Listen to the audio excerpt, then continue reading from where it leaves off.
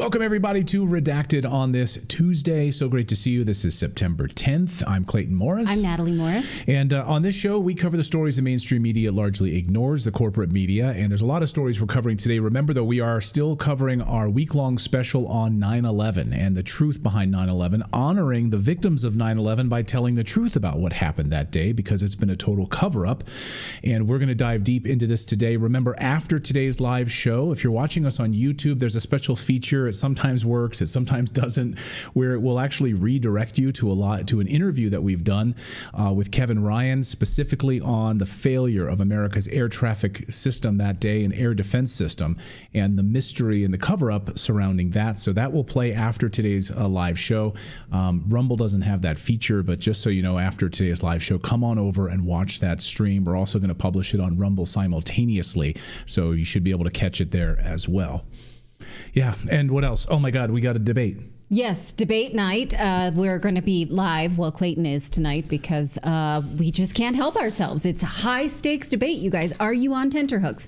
I am. I'm seeing it in my dreams. I'm obsessed with it.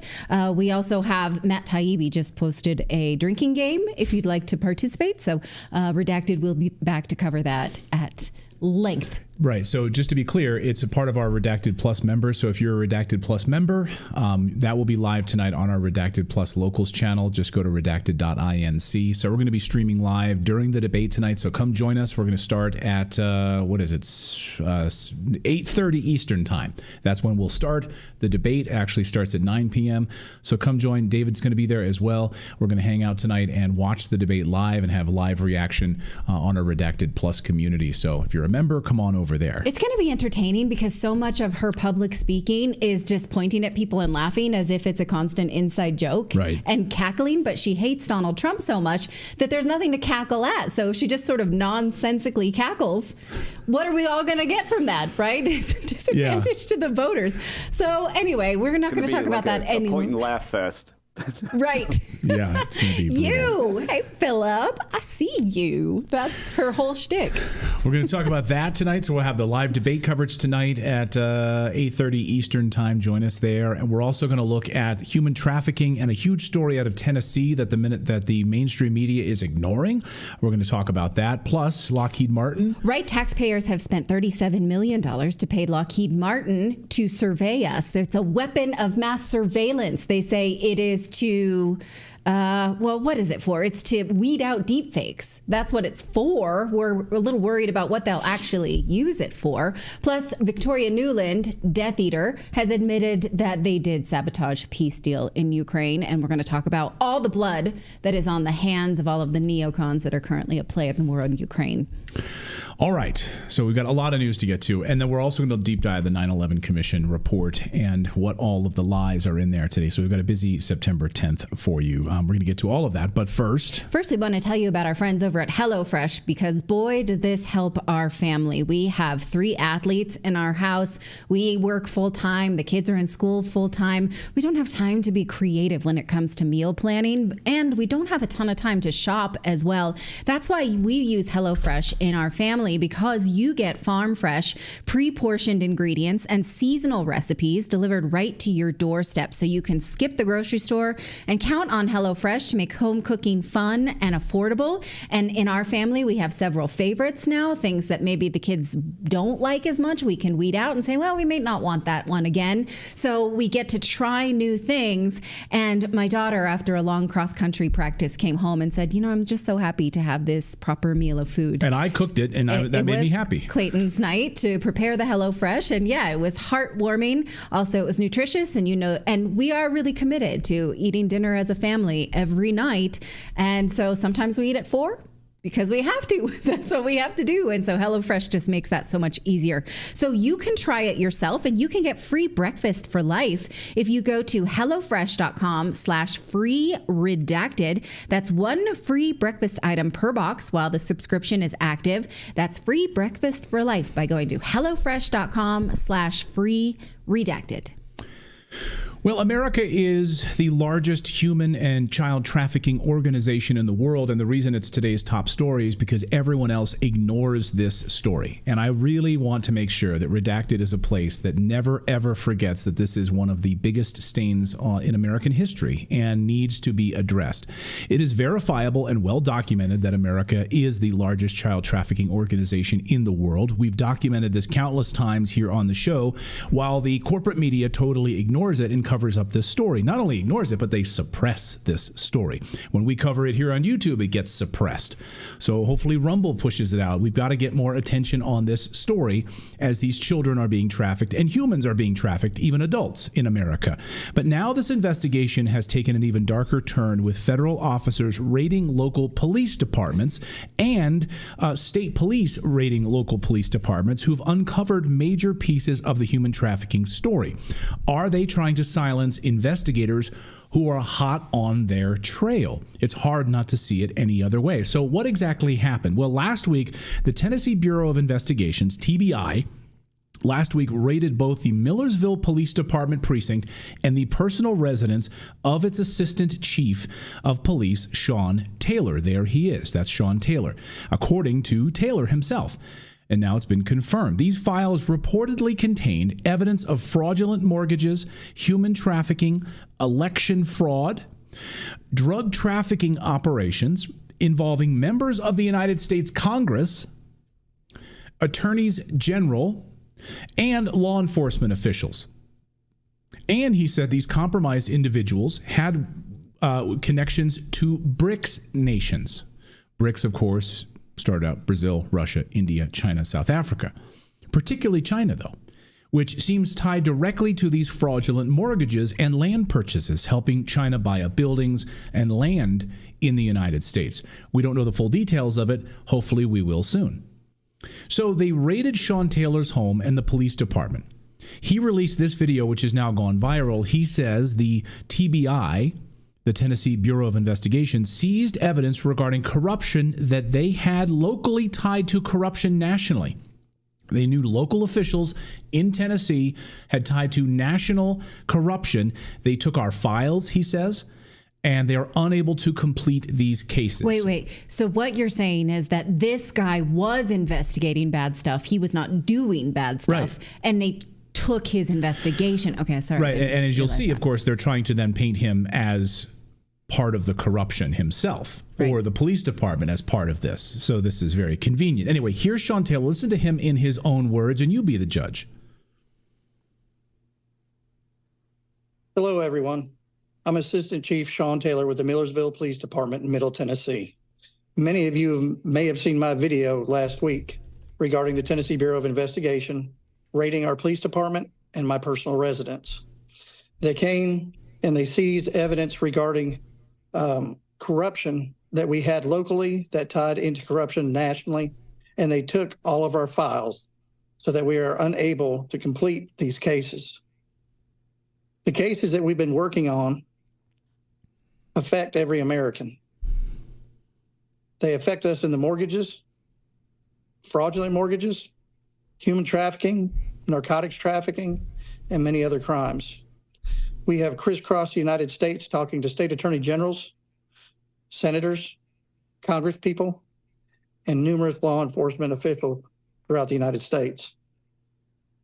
We've identified a major corruption that's transnational. It involves the BRICS nations and China and investment companies and fraudulent mortgages on homes here in the United States in very key counties and key states.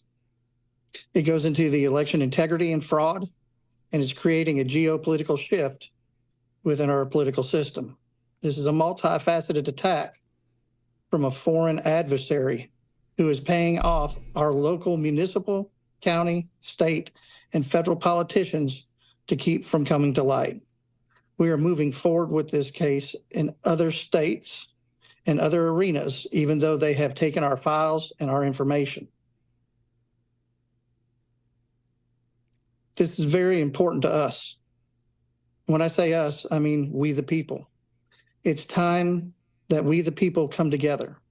It's time that we stop allowing ourselves to be segregated by our own government. No matter what race you are, what creed, or what religion you are Americans. We need to stand together as Americans and demand accountability of our elected officials. It's time for this corruption to stop and for us to have our country back so that we know we leave it in the good hands to our children, our grandchildren, because if we don't stand up and do this, we will no longer have a country to hand over to them. I'd like to send a special thanks out to Mark Fincham. He wrote a very good article that all of you can go and read at yournews.com. Which we'll get to here in a second. Okay. So, did you have some backup, Guy? I want to know about that. Paper backup, electronic backup. Well, you take all their computers. Yeah. Take all their computers, all of, unless you've got some sort of iCloud backup or some sort of a Google Drive backup or something. I mean, we hope so. Right? And in this day and age, you need to say into a camera, I am not suicidal. Yes. Right? I have no, I don't have suicidal ideation. So we should point out here, based on our reporting here at Redacted has uncovered, there is nothing he's saying that is incorrect. What they're trying to hide by raiding his home and the police department, what specifically did they find which members of Congress are compromised in child trafficking operations? I hope we learn their names soon. I hope we learn which law enforcement officials have been involved in these mortgage fraud schemes. Wire fraud, covering up this information. It would be really fascinating to know. But even before he had this job as assistant police chief, the local media tried to discredit him as a far right-wing conspiracy nut. And now they're jumping all over that moniker, saying, look how they, and even look at this, look how they title their articles about Sean Taylor. TBI agents raid Millersville Police Department, home of town's conspiracy cop, as probe intensifies. Well, if you're a conspiracy cop, they don't need to. Just leave you to your crazy then. Nobody needs to raid someone who's just stirring up crazy stuff. Yeah. They only raid you if you've got stuff they want to see. Exactly. If they come after you, if they attack you, then you know you're on to something. Exactly. So what exactly does he believe that makes him a conspiracy nut? Well, watch how News Channel 5 in Nashville portrays him as a nut. Watch. Our department has started doing investigations into numerous things. As News Channel 5 investigates first revealed, Millersville Assistant Police Chief Sean Taylor came to the job earlier this year with a head full of conspiracies. Al Gore, you're a piece of just so you know. Claiming that political forces from both parties are involved in child sex trafficking. He was behind the arrest of former Millersville Mayor Tim Lassiter and suggested on right-wing podcasts there was more to come. Correct. The current mayor right now is backing us 100%. The city manager, chief of police is backing us 100%. Yeah, he's a nut for saying that both parties are involved in child trafficking. That is verifiable. It's being run by the Department of Homeland Security through many non-governmental organizations. If you had said that to me in 2016, I'd be like, oh, come on. But this is the year 2024, and yeah, that sounds about right. This reporter doesn't know his shit. Study.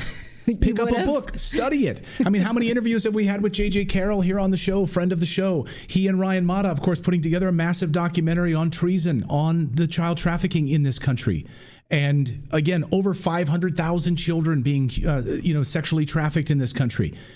The Department of Homeland Security this month admitted that 300,000 unaccompanied minors have been lost. That's low. Inside the U.S. government. So this has happened on the Biden-Harris watch. And yes, Philip's probably right. It has been happening since long before then, but it is at a crescendo right now under the current political leadership. That was Channel 5 in Nashville. Here's Channel 4 also calling him a conspiracy cop during an interview with the city attorney. Watch. The warrant requests the phone of Sean Taylor, the city's assistant police chief, who has spoken on podcasts about conspiracy theories. Should he have a place as a police officer in the Millersville Police Department if he does believe in these conspiracy theories? We're talking about an individual who has probably been psychologically assessed more than a dozen times, and every time comes out to be to pass with flying colors and no issues. So some people may disagree with his political views, but that doesn't mean that he's a danger to society or anything else. Should he resign at this point? Should he resign? What theories? What's wrong? What did so prove what he said is wrong? He's like, these people are committing crimes. I'm investigating it. Like, that's a conspiracy theory. You've got to stop. You have no proof that they've committed the crimes. Like, that's why I'm investigating it, dumbass. Like, Right. like seriously. And literally, as part of the arrest, or as part of the search documents, included the child sex trafficking information. It's right there in the documents.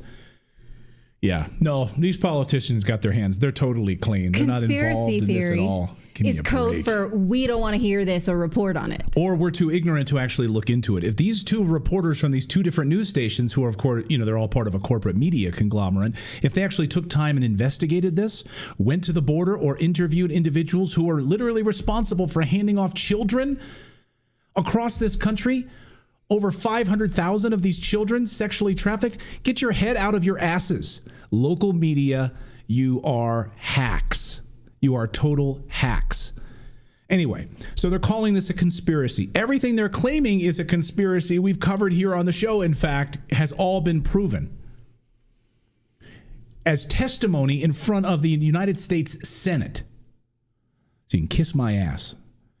So Mark Fincham, executive director of Election Fairness Institute, has been investigating a nationwide multi-trillion-dollar money laundering scheme that confirms exactly what Sean Taylor is saying. He recommended this article, and it's not a conspiracy at all. I want to put this up on the screen here. This is from Mark Fincham. It says the Honorable Mark Fincham, executive director of EFI, the Election Fairness Institute, has also made significant progress in tracking what is known as smurfing, which is a unique type of political money laundering, the same activity that the James O'Keefe Media Group has reported on over the last 18 months, with virtually no meaningful criminal prosecutions. Over the last several months, our investigation has also made a connection between child sex trafficking, highly placed political figures, and media personalities, including a well-known Scripps Media Company reporter in the Nashville area. Oh, interesting. These are the same Nashville television stations reporting on this, and law enforcement agents as well, with a level of compromise that runs vertically from perpetrators to the Tennessee Attorney General and Inspector General. It's clear the level of corruption is unprecedented. Proof of our pervasive corruption was made manifest on September 4th at approximately 9:45 a.m. when a search warrant was executed on the Millersville Police Department for records and electronic devices. Yeah. So, again, it's interesting that the media, I wonder who in the Nashville media is on this list. It would be really interesting to find out. So they were about to... I'm sorry. Let me go back to that because I forgot the last sentence of this. Listen to this. Sorry. We informed several state attorneys general that we are at the point where we are ready to present cases for grand juries to begin hearing arguments and issuing indictments, including the Tennessee Attorney General. And then suddenly the unthinkable happens. So they were about to present cases to the grand jury, issuing indictments. And the TBI, Tennessee Bureau of Investigation, swoops in and puts a stop to it because these elites need to be protected at all costs. These elites, of course, need to protect their multi-billion-dollar-a-year child trafficking operations. It's one of the largest money-making operations in the world. Look it up. Also, if you want to understand organ harvesting, go down a rabbit hole of organ harvesting. It'll make you sick to your stomach. You'll never hear that on the mainstream media. These children just being used and thrown away. Makes me sick. Mortgage fraud, and so much more on this list. Makes any sense? Follow the money, of course, in all of this. Meanwhile, the Biden-Harris administration is actively trying to block key child predatory laws in the new UN treaty on human trafficking. The Biden administration, along with the EU, doesn't want it to be a problem for people to have access and share child pornography. They don't want it to be a crime as part of the United Nations International Treaty for criminalizing child pornography. Yes, in fact, one of the delegates during the panel discussion, at the UN said, quote, there are national laws children made as of the age of 14 and above to have sexual intercourse. Any countries have similar national legislation. Our national understanding is that children above the age of 14 have a right to develop these sexual relationships. Children at any age may choose to have a sexual relationship with a person that is, for example, 19 years old, therefore an adult. The children might produce pictures in the course of that engagement and share them with each other. And so they don't want them to be criminalized. So this also, of course, protects pedophiles who are not 19 years old and do not have relationships with 14-year-olds. A 52-year-old man, for instance, could be actively involved in this. It's disgusting. So why is the Biden-Harris administration defending this at the United Nations? So it'd be interesting to see tonight during the debate, during the presidential debate, if any of these types of questions come up from ABC News on human trafficking, why the Harris-Biden administration, one of the largest purveyors of child trafficking in the world. But they won't. David Muir from ABC News, who's doing the debate tonight, he's not going to ask that question. Surely not. He'll ask. Possible that Donald Trump brings it up, but she would hit back of you and the cages in the border and muck it all up. But again, the data shows that more lost children have crossed the border into the United States during the Biden-Harris administration, and she should not be let off the hook for that. So we'll see. It's infuriating. I mean, yeah, I keep coming back to this. I just don't know how, and I can't wrap my head around how this is not one of the most discussed stories in the world, in the United States. It should lead every nightly newscast. These children that are coming across the border, these children that are being ferreted around by these elites in the United States, these government officials who are a part of it. And then when we start to look into it and investigate it, they swoop in and they issue warrants for arrests. That's wild. So Sean Taylor, I don't know the full story of Sean Taylor, but, it sounds like a total cover-up to me. So we'll keep watching this story. Anyway, a lot more news. And we don't accept the term conspiracy theory. You can tell us something and tell us why it's wrong, but you can't just shut down a conversation with the word conspiracy. So what are the things that he's looking at, and tell us why that those things are not true. That's a trump card, and I hate it. Like transphobic or Putin apologist. Nope. Not here, not on Redacted. Exactly. So we have more news to get to. We're going to talk about how Lockheed Martin is building a tool of mass surveillance. Why would a weapons maker do that?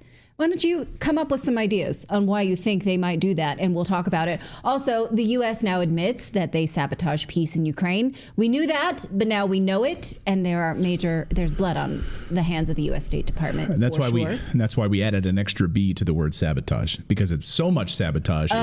It's double sabotage. Listen, it's a sabotage. All right. Before we do that, though. Before we get there, we are going to talk about our friends over at Shopify, because they have been supporting us from, I think, the very beginning. Years now, Shopify has been supporting independent media. They support what we say and do here. They don't censor us. They allow us to continue our show. They are a great company. And in fact, we built our entire Redacted store using Shopify. It's an e-commerce platform. It's an all-in-one e-commerce platform that integrates with anything that you're doing. So if you want to sell t-shirts, books, my son this summer had it in his head that he wanted to start a business with his friend, and they spent hours, like 8 hours every day, coming up with concepts on how they were going to launch their store. They were designing things, drawing things, building things, and then they took advantage. I said, all right, you're going to launch your Shopify store, son. You got to use our code, and you'll get for $1 per month trial period. Try it out. So they launched they water guns store. They got to make water guns. Yep.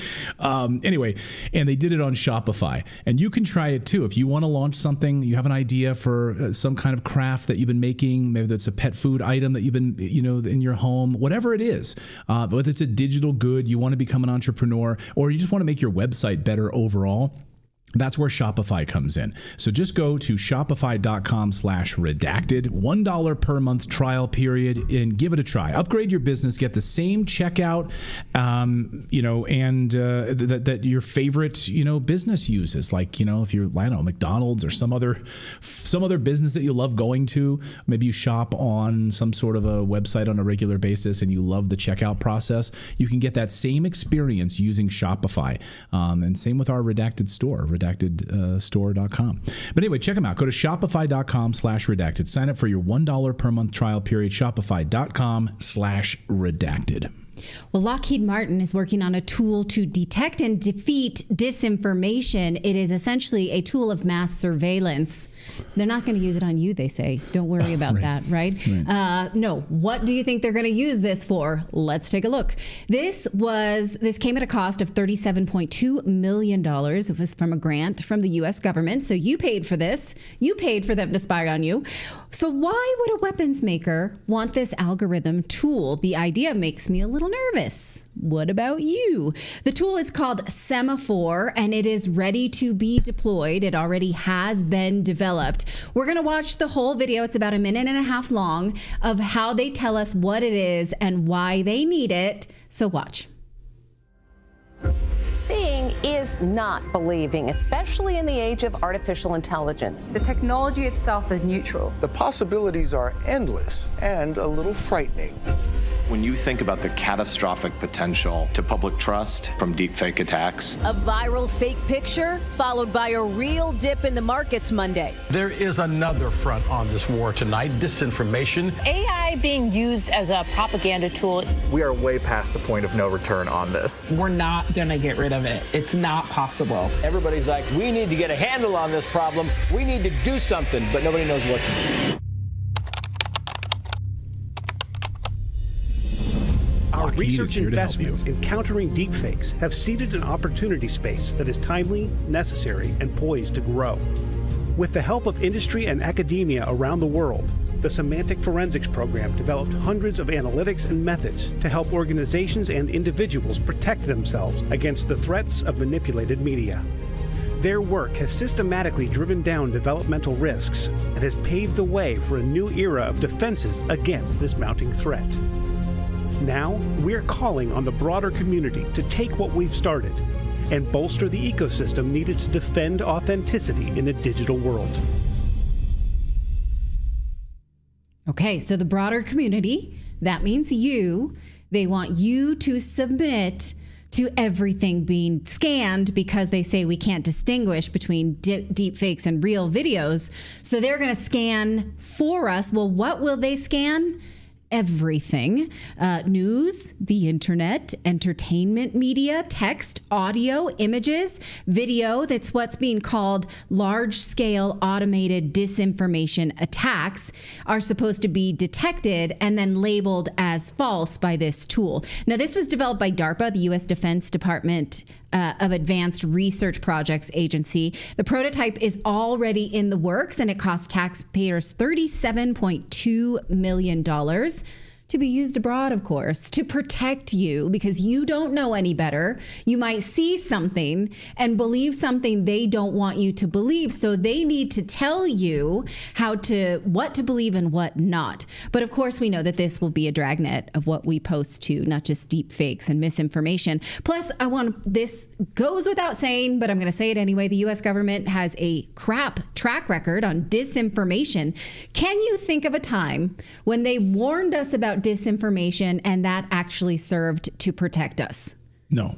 Anytime. Well, okay, the COVID pandemic, no, they told us that. No, they blocked it, suppressed it. Right. They told us the vaccine could stop the spread of COVID, and anything to suggest otherwise was disinformation. They got an F on that. Philip, were you going to think of something? You had something? No, I was just agreeing. No, I cannot think of a single time. Can't think of anything. Hunter Biden's laptop? No, they told us that was disinformation. Turned out to be true. Russian election in the 2016 Trump campaign? They spread that disinformation. That was theirs. Yeah, they created that. They created, right? Using a Steele dossier. They told us it was disinformation that led us to vote a certain way by using disinformation. Russian influence on Twitter, the Democrats created that disinformation. So never have they warned us about something that was disinformation that ended up protecting us. Never. Hulick in our chat says Natali and Clayton will be scanned too. They'll probably say they have COVID after the digital scan. I don't know what that means. Okay, sure. Surely they'll scan. They're using naked scanning, right? Yeah, I've thought about this a lot. Like if there was an AI fake of me naked, would I be upset about it? If it wasn't actually me, I'm sure I would feel very violated by that. But yeah, that's a tangent. I don't know why I went there. You'd be weirded anyway, out by it. Yeah. Would you? If it was like not you? I'd be really weirded out because nobody has my image. So how the hell did you get that to begin with? Right. But yeah. Anyway. Well, yeah, no one's ever seen Philip. Yeah, there's no image of Philip anywhere. You only hear his voice. So yeah, that'd be really weird. There was this kid in Australia who took his classmates in middle school and made fake nude pictures of them, and they were all really upset. If someone did that to my daughter, I'd be pissed. Oh, I'd hunt them down. Yeah, I don't know exactly how I'd feel if it was me, and I was like, but that's not me. Why do I care? Sick Sorry, bastards. I didn't mean to take you on that tangent. That's where my brain went. Okay, so again, the U.S. government says that they're going to weed out disinformation, even though they've never appropriately warned us about disinformation to protect us from anything. And they don't prove here that deep fakes have been a problem. They can't prove real world harm. So what will they use this for? What I worry about is that they'll take real images and tell us that that's fake. That's straight out of 1984. So you see, let's say Zelensky saying, we got the U.S. to agree to funding the war in Ukraine for another decade, which he did say. And we can all get upset about that and say we absolutely don't want to do that. And the U.S. government will say, no, that's a deep fake. He didn't say that. Or what have you. That's just an innocent use of that tool, right? But they are going to tell us what they're seeing, what we are actually seeing is not true. And we've seen that happening already. Go ahead, Philip. Well, not to mention the fact that, like, in doing this, they have to be aware that if they start going after deep fakes that are out there, all they're doing, there's like, you say they have 20 smart people on their team creating this software. There's hundreds of thousands of people out there that are going to progress AI even further. They're already behind. They will never catch up. They can't catch up. Yes. They're just going to make it harder and harder for AI to be detected. Right. Now, the one part in this video that sort of made me think is the part that says, well, everyone agrees this is a problem, but no one wants to do anything. And so they're making the case that, well, someone's got to do something, and that someone should be the government. I'm going to let Thomas Sowell, economist and thinker, and one of my favorite conservative voices and authors, I'm going to let him have the last word on when someone says the government should do something. When people say things like the government has to do something, I say, have you ever studied what happens when the government does something compared to what happens when they don't do anything? And for 150 years, the government of the United States did nothing when there was a depression. No depression during all those 150 years was ever as bad as the Great Depression of the 1930s, in which the government did more than it had ever done before in its entire history.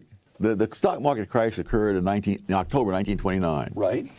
2 months later, unemployment peaked at 9%. And then it started declining.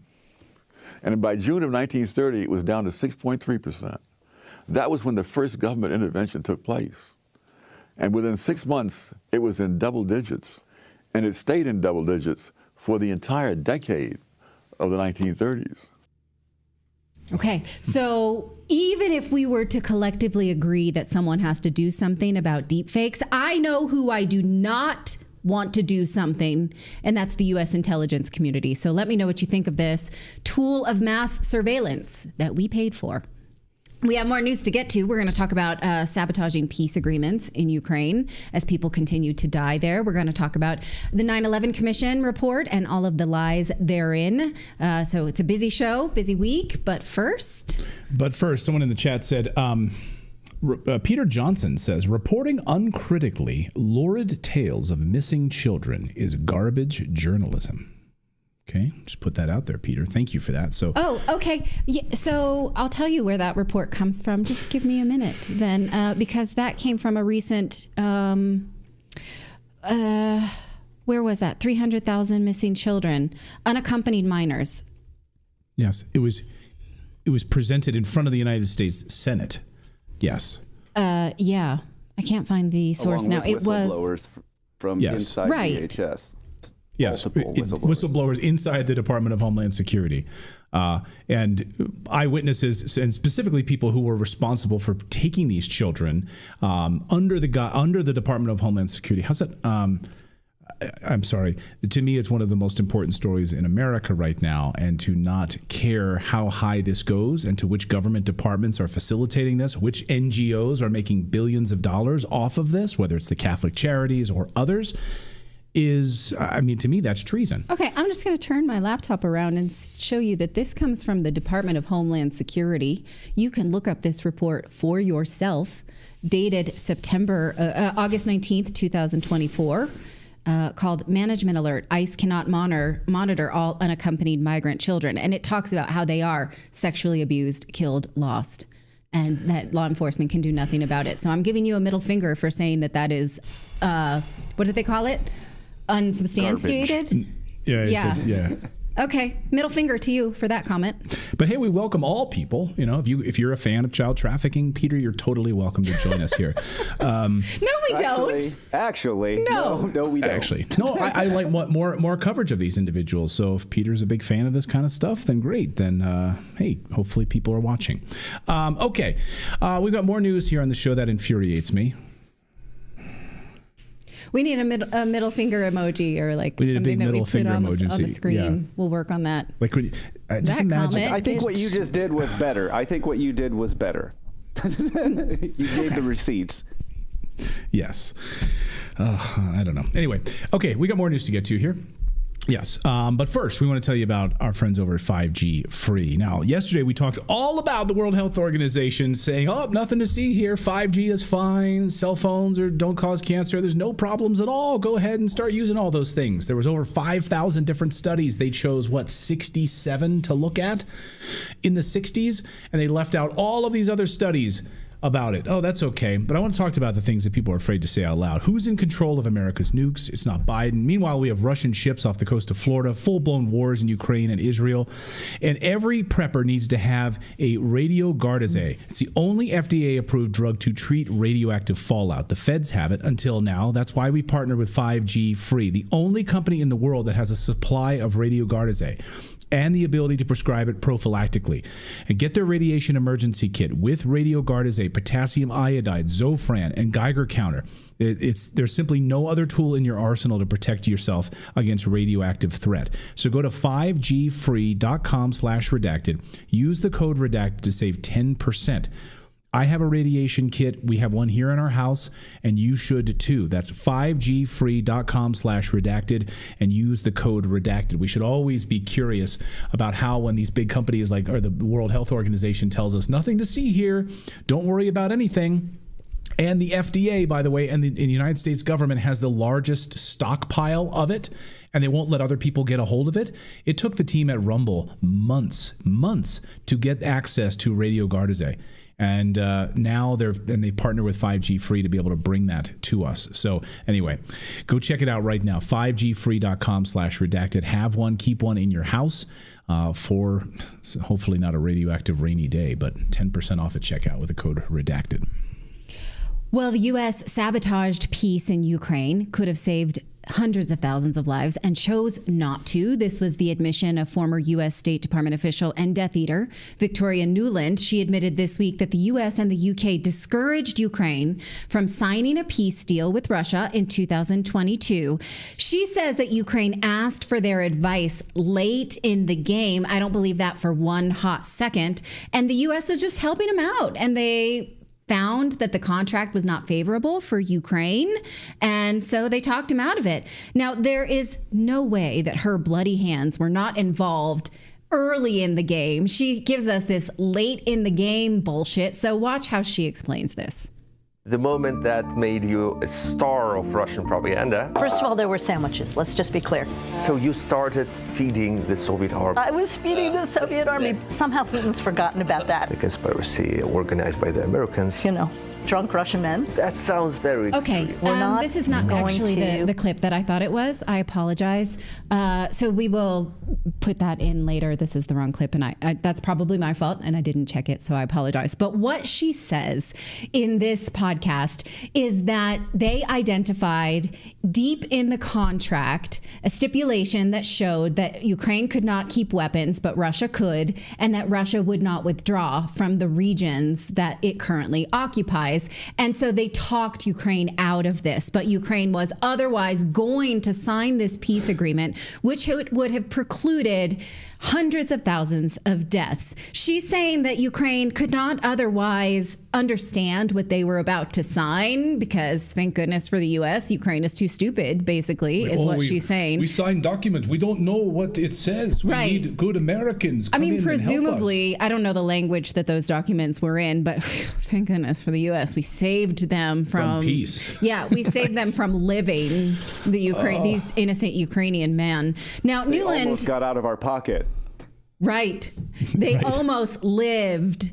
We almost weren't able to control their land through our subsidiaries in BlackRock and Vanguard and buy up all of their land and have them be, under the thumb of the IMF and the World Bank for the next 150 years. They could have been peaceful and prosperous without us, and that would have been a disaster. Now, she's been working on this war for decades. She's the same woman who engineered the war with Russia by supporting the opposition government in Ukraine since at least 2014. 2014. She was caught on a phone call discussing this evil plot to overthrow the government of Ukraine in 2014 because that government was on good terms with Russia, and she didn't want that. She wanted a war. She wanted to use Ukraine to have a war with Russia.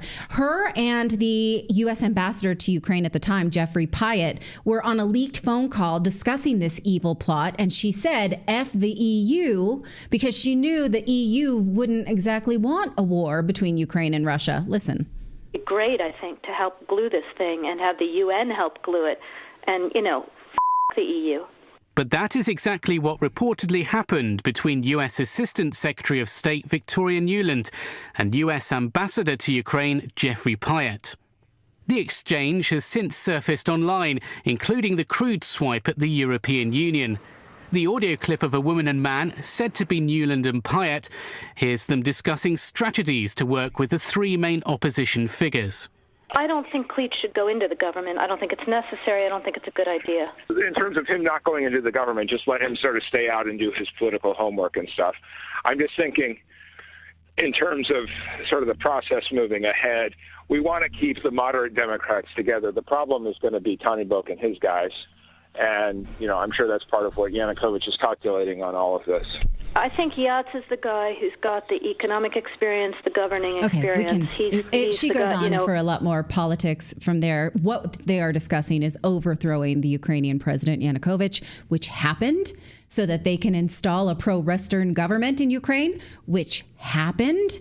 This evil plot worked. She got the war she wanted. She should be disqualified for politics instead of continually getting promoted because she has a lot of blood on her hands. And after that coup, in which the U.S. did install a U.S. puppet government in Ukraine, the extremist Ukrainian army was given free range to kill, bomb, and torture anyone who is pro-Russian or ethnic Russian in the Donbass region between 2014 and 2022, when Russia then took over that region in the war we've got now. Again, it was not an unprovoked attack from Putin's whims. Instead, those 5 mayors of those regions asked Russia to come and protect them like they had done for Crimea in 2014. Russian parliament voted on this. The media lies when they say it was an unprovoked whim of Putin. And Ukraine has now sacrificed hundreds of thousands of innocent men fighting Russia to get that land back, to resume torturing them if they even have any army left.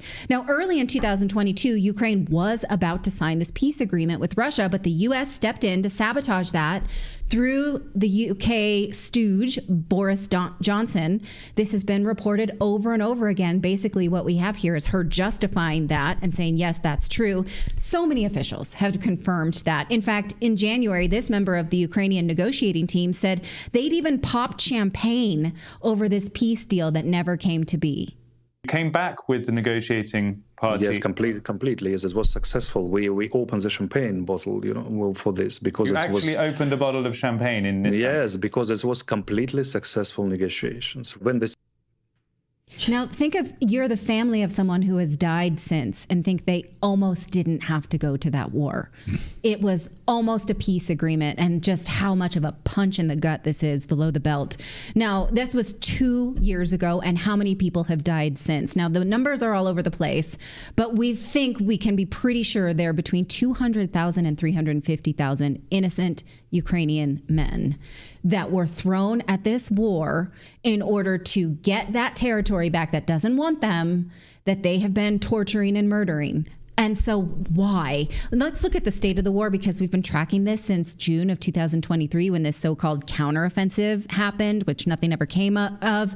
Again, this sort of dark gray next to the red is, and then east of that is the contested region that want to join Russia. The red is the area that Russia currently controls and that Ukraine wants back. And as you can see, since that counteroffensive and all of those deaths, Ukraine has not won back any land at all. In fact, if you look at the blue dots, when the counteroffensive started, Ukraine was at least fighting for this land. Now, the blue dots on the right, Ukraine is not even there anymore. They're just attacking Russia nonsensically. They're fighting dirty. They're not actually trying to get that region back. And as of this month, they're just, again, in the Kursk region. They're inside Moscow. They're not fighting at all. They just want to provoke an all-out war with Russia. Well, now Russia says that it has a plan to stop the attacks in the Kursk region. They're not saying exactly how, but Russia has been very effective at bombing Ukraine's weapon stocks and sort of stopping them in their tracks from where they can find where it's hidden, because we've had many reports that they're hidden in plain sight, their weaponry. Meanwhile, they are gaining ground in the Donbas region, which may be easier now because Ukraine is not even fighting there. Russia announced they had liberated 4 new territories in the Donetsk People's Republic. So Ukraine cannot, in my opinion, should not regain control of these regions, because they've been torturing those people. So instead, they're sending their attacks inside Russia, which, again, President Biden told us, he promised us that they would not use our weapons to attack Russia directly. And they're doing it. And no one is watching, because where the hell is Biden? Do we even have a president? They can just do this. Maybe because the U.S. now has no president to babysit. That's why they're playing dirty and attacking civilian regions. Now, they've always attacked civilians in Western Ukraine. That's not new. What's new is that they're attacking civilians in Russia. They bombed apartment complexes overnight. So who's going to stop them? Joe Biden? Clearly not. Kamala Harris? No. The U.S. stopped them from peace. We're clearly not going to stop them from playing dirty. And guess how the mainstream media has responded to this report that we sabotage peace? The person who posted it on X, Ivan Kachanovsky, posted this saying, despite this tweet having exceeded 1 million views and 4,500 retweets, there's a mainstream media blackout of admission by Nuland that the Ukraine-Russia peace deal, which was close to being finalized, fell apart. They don't care. Ukraine could have had peace. They didn't. We stopped it for our own gain. The media doesn't care. We care. We care very much because of all of the deaths that have happened since and the premise of this war, which is based on a lie. But a lot of people don't. So we're going to stick on this story. It's effing terrible. It is indeed. We won't go there. All right, we got more news to get to here on the show. And hey, someone actually did mention the Khazars, and I'd love to do a deep dive on that, actually, about the nomadic Turkish people in that region. So yeah, we would absolutely be wide open to that. Look, we are not controlled by anybody. We do any stories we want on here. It's just a matter of what gets us banned and blocked on YouTube on a regular basis. So, right. But we will cover all of that. And, there's a lot of channels being taken down right now because of the election. Obviously, the powers that be want a certain narrative out there, and so channels are being demonetized, removed of content, and this is going to get even worse over the next 50 days as we head into the election. So thank you to our audience on Rumble, thank you to you guys on YouTube as well, and thank you to guys on X. We appreciate you guys supporting us here, and thank you for subscribing to our channel. We do have more news to get to. We're going to talk about the 9/11 Commission report. Remember, this is our week-long look at the 9/11. We think the number one way to honor the victims of 9/11 is to tell the truth about what happened that day, and we're covering it from multiple angles, from the hijackings to the buildings to those involved. And today we're going to look at the 9/11 Commission report, and then after today's show we will be premiering an interview. I want to say live, but it's not live. So after the show ends, automatically it should redirect you to the interview that I just did with Kevin Ryan on the failure of America's air defenses on that day and how they mysteriously all went offline. We're going to look at that today. But first, we want to tell you about our friends over at American Financing, because interest rates are starting to come down, but the burden on the American family finance has not. Wages are flat, expenses are up, inflation is terrible. So if you're a homeowner and you're frustrated with that cycle, then maybe you can take 10 minutes and call American Financing and see if they can help you learn to break this cycle. What they do is teach you to change out bad debt for good debt and leverage your assets. And your main asset may be in your home. If you are a homeowner, You may have equity that you can use and leverage, because that's what wealthy people do all the time, is they leverage their assets. They don't just buy a home and then hunker down and say, okay, we're done. Absolutely not. They leverage their assets in order to build wealth, and you can do that too. So you can call them right now at 866-890-8434. That's 866-890-8434. Or visit americanfinancing.net/redacted and download your free report for how you can learn this. Again, we're not telling you to do it. We're telling you to learn it, because once you learn it, you can make an informed decision on whether or not this works for your family finances. So again, visit americanfinancing.net/redacted. Well, most people believe the official narrative of what happened on 9/11 thanks to this book, the 9/11 Commission Report. They even turned it into a children's book. Did you know that? So that children could suck down this BS narrative. But that's how most Americans, it became a big bestseller. It was a New York Times bestseller, and a lot of people read this thing. On November 2002, the United States Congress and President George W. Bush established the law, which was the National Commission on Terrorist Attacks upon the United States, also known as the 9/11 Commission. This final report was presented to the media, to the White House, as a case closed. Nothing more to see here. Muslims hijacked planes, attacked our infrastructure, killed 3,000 Americans. Case closed. No more questions. Just like the Warren Commission report, no more questions about the assassination of JFK. Please, we're done. We've moved on. But of course, it's not case closed. The 9/11 Commission report is full of propaganda, gaping holes, clear omissions, and I think the omissions are the most glaring problems here.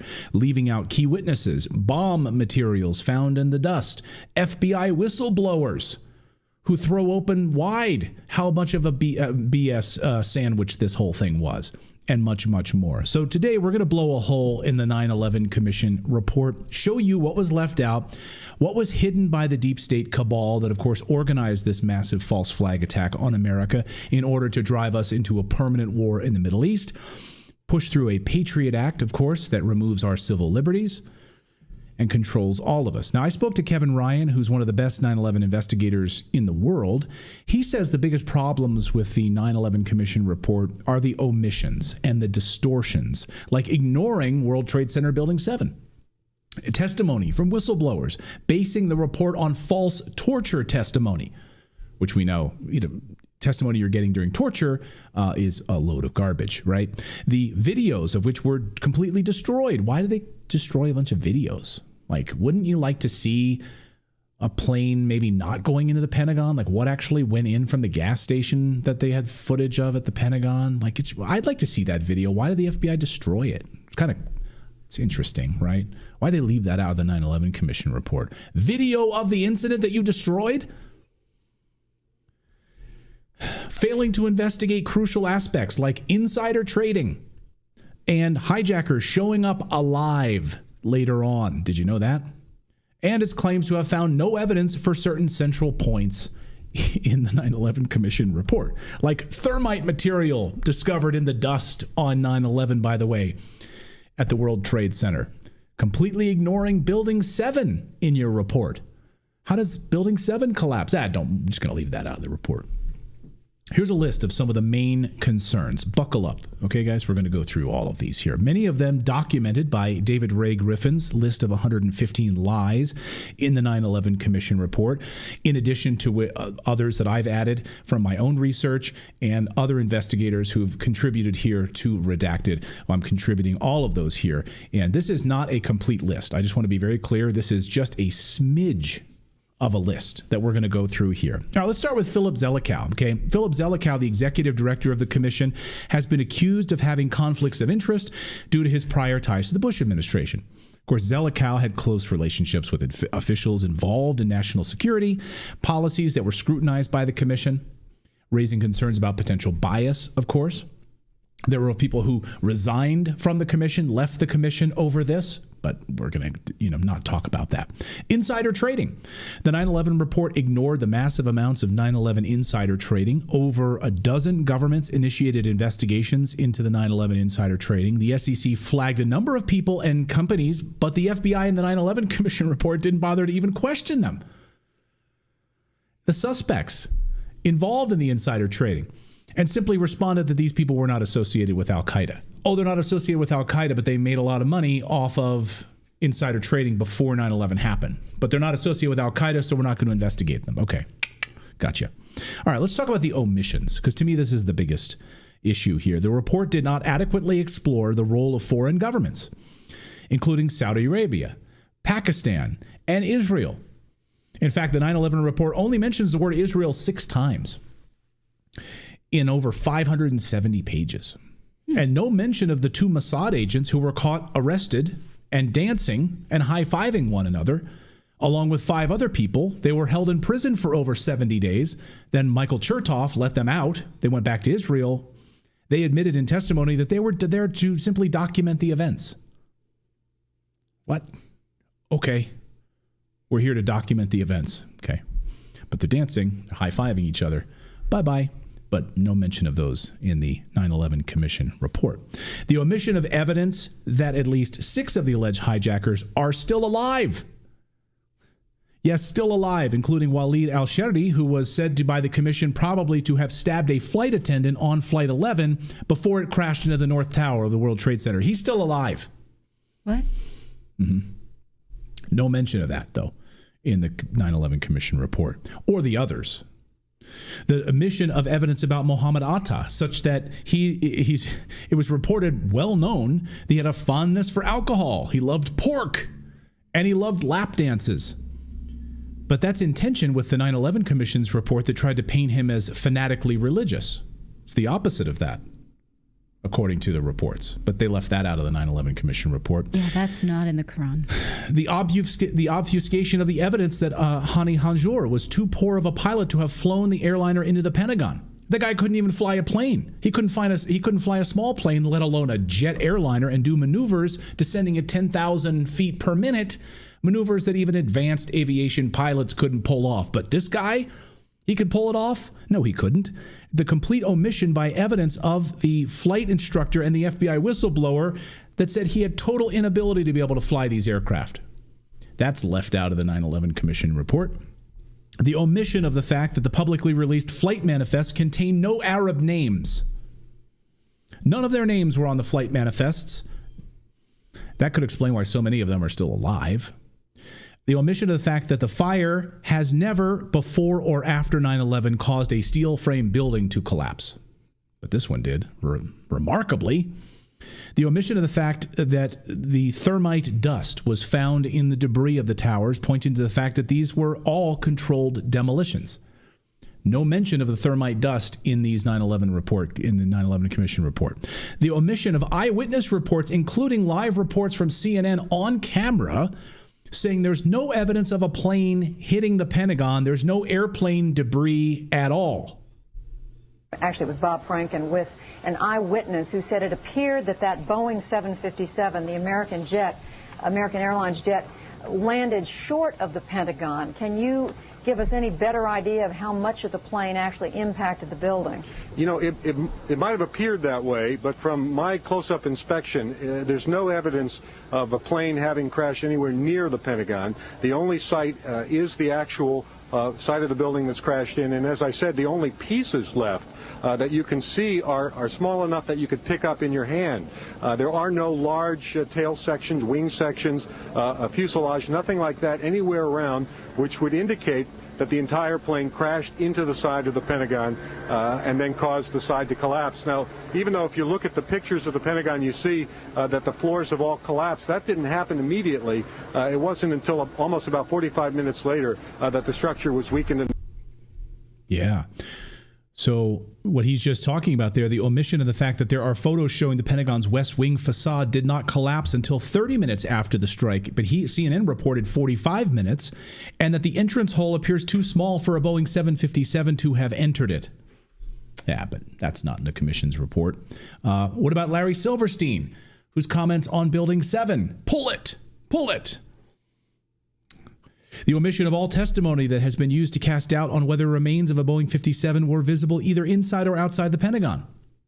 That's left out of the report. The omission of the fact that the pictures from various security cameras, including the camera at the gas station across the street from the Pentagon, the film from which was reportedly confiscated by the FBI immediately after the strike, which could show us the answers of what really hit the Pentagon, that was removed, and the FBI did not include that in their report. Why?